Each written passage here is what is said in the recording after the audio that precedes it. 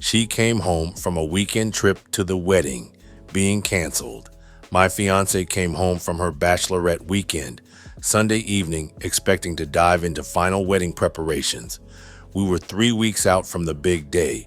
Instead, she walked into our house to find me sitting at the dining room table with a stack of vendor cancellation receipts spread out in front of me. She asked what all that was, and I told her the wedding was off. 3 years of dating, a year and a half engagement, $35,000 already spent on deposits, 200 invited guests, all of it canceled. She stood there with her suitcase looking at me like I'd lost my mind. Then I held up a folder and told her, "Do you want to know why I have all this stuff on the table? Look inside. Then you will have your answer." Photos of her and her coworker from the furniture store, taken by a private investigator I'd hired 2 weeks earlier. Photos of them at a hotel, photos of them having lunch, photos of them kissing, and a photo of them in a compromising position with her bending over. Everything she needed to see to understand why there wasn't going to be a wedding. I'm 31 years old, been with my fiance, well, ex-fiance now, for about 4.5 years total. 3 years dating, year and a half engaged, no kids, never been married before. Thought this was it for me. We live in Tarrant County, Texas. Been here my whole life. I work in real estate. Actually, I own a real estate brokerage that my dad started 30 years ago. He handed it over to me about 3 years back when he decided he wanted to semi-retire. He still comes into the office a few days a week, still closes deals when he feels like it, but mostly he's checked out and letting me run things. It's a decent business. We've got about 15 agents working under us, mostly residential sales, some commercial property. I pull in maybe 60 grand a year after expenses, which isn't amazing, but it's steady.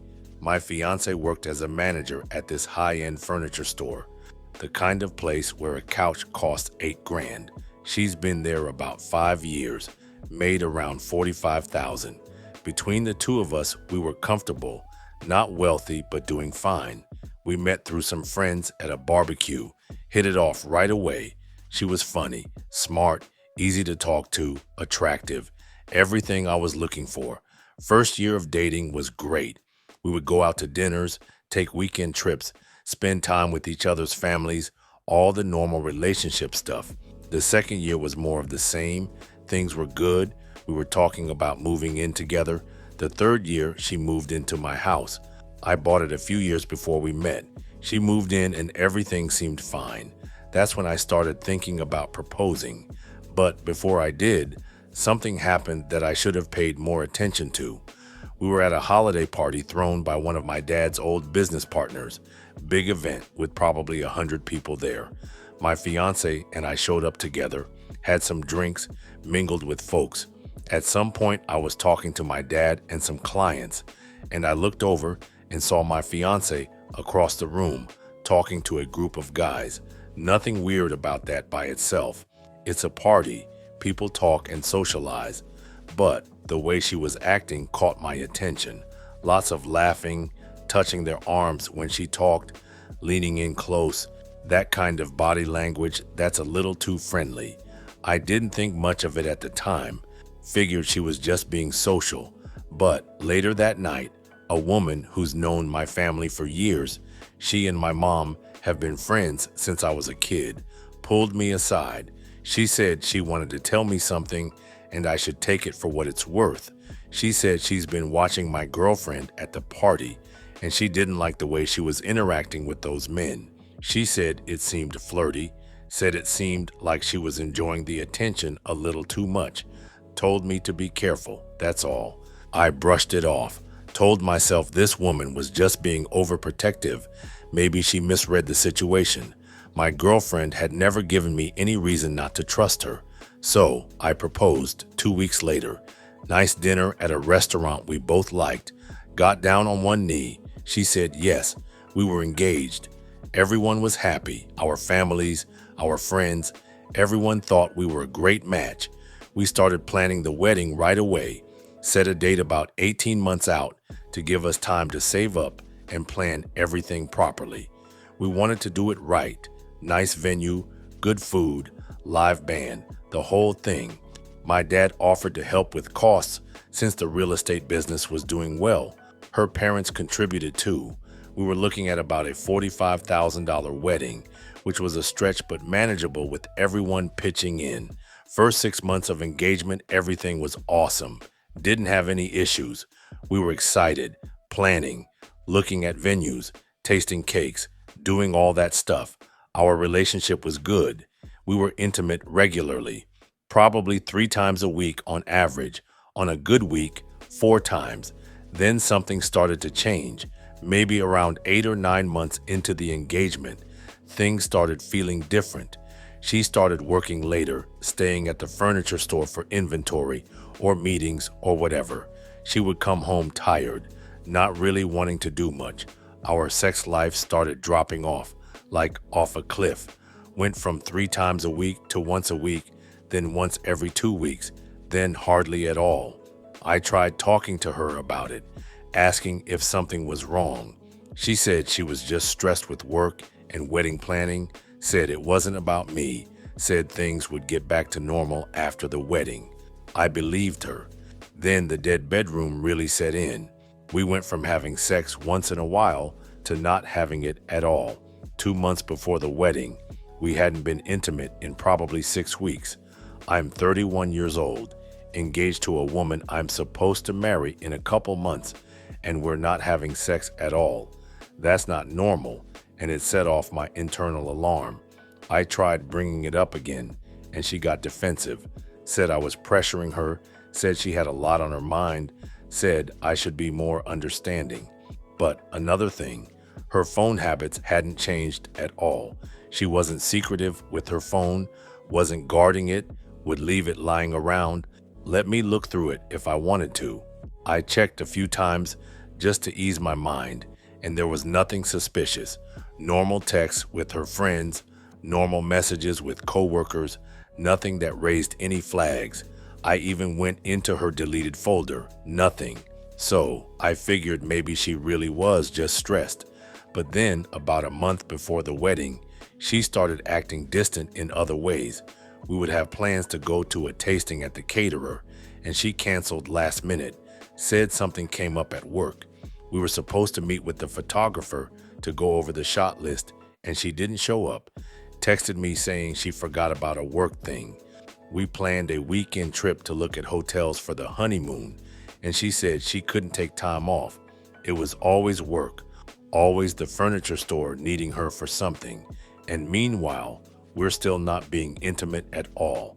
That's when I started thinking something was going on with her. Not just stress, not just wedding jitters, something else. I called a private investigator right away. I really didn't have time to follow her. Told him I thought my fiancé might be having an affair.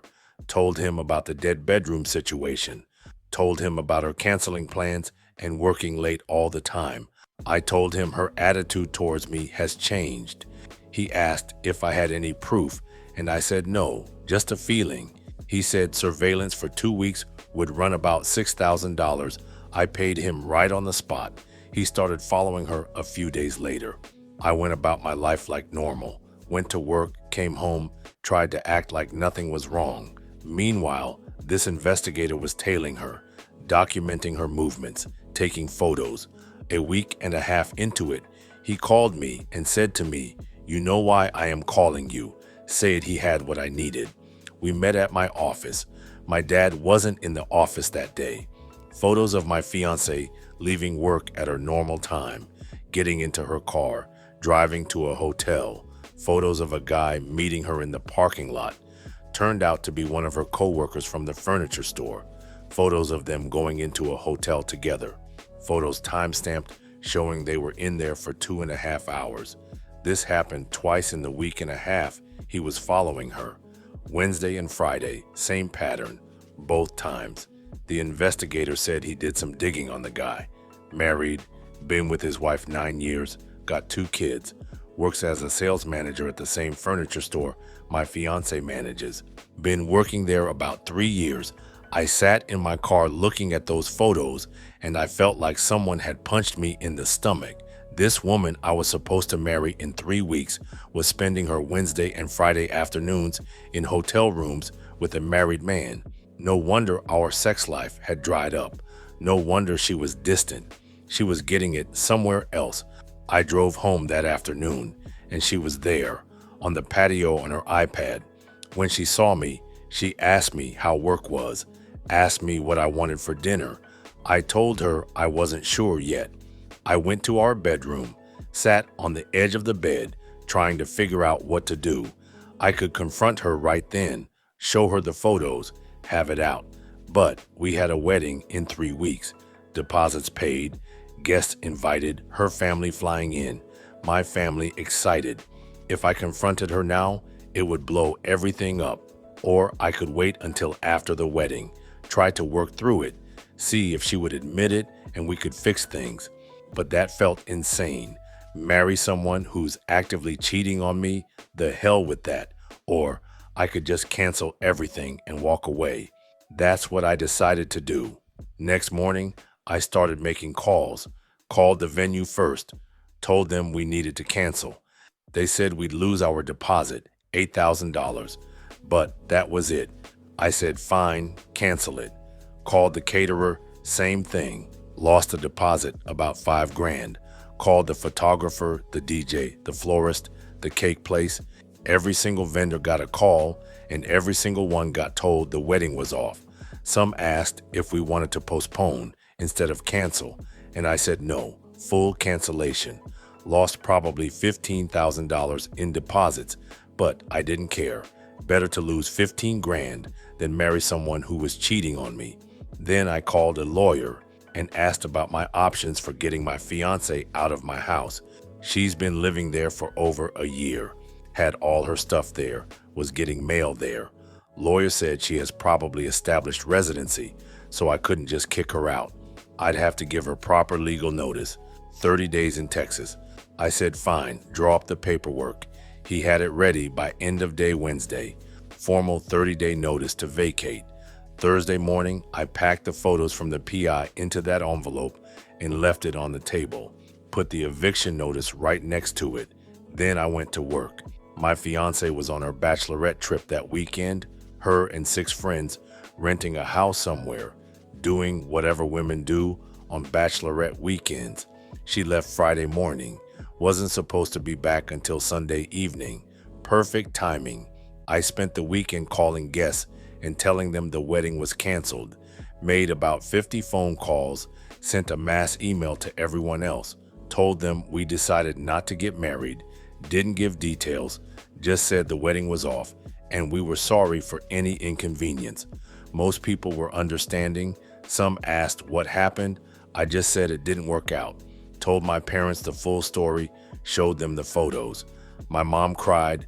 My dad was pissed, but they both supported my decision. Her parents, I didn't call, figured she could deal with that herself. Sunday evening, she got home around 7-ish p.m.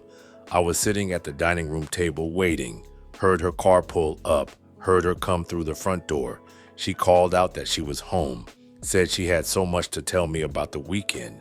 Then she walked into the dining room and saw me sitting there with all the cancellation receipts spread out. She asked what all that was.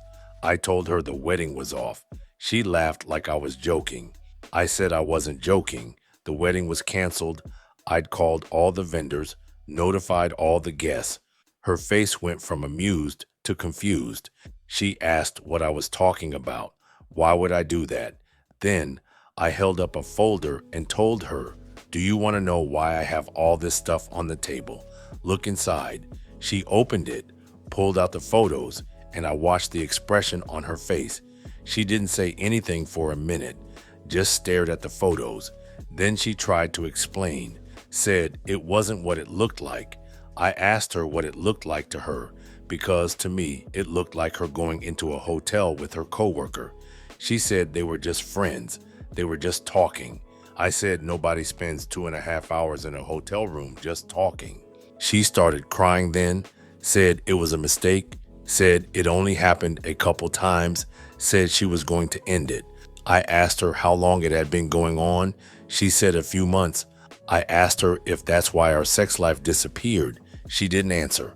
I also gave her the eviction notice and told her she had 30 days to get out of my house. She said I couldn't kick her out. I said I wasn't kicking her out.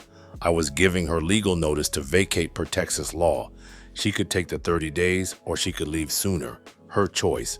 She started yelling then, saying I was overreacting, saying we could work through this, saying she loved me. I said if she loved me, she wouldn't have been spending her afternoons in hotel rooms with a married man. I told her I was done. The engagement was over, the wedding was canceled, and she needed to start packing her stuff so she can get the fuck out of my house. She left the room crying, went to our bedroom, slammed the door. I slept on the couch that night. Next morning, I got up and went to work. When I came home that evening, half her stuff was gone. She packed up a bunch of clothes, some personal items, moved them out. She also left a note saying she was staying with a friend and she'd be back for the rest of her things. Over the next 2 weeks, she came by a few times with friends to pack up more stuff. We barely spoke to each other. She never really apologized for what she did, not once. Never said she was sorry for cheating, sorry for lying, sorry for anything. Just acted like I was the bad guy for canceling the wedding and making her move out. She was gone completely within 2 weeks. Didn't even use the full 30 days. After she left, I sat in that house for a few days, just processing everything. 4.5 years of my life with someone who turned out to be a completely different person than I thought. Then I remembered the guy she was cheating with. Married guy, 2 kids, wife who apparently had no idea what her husband was doing.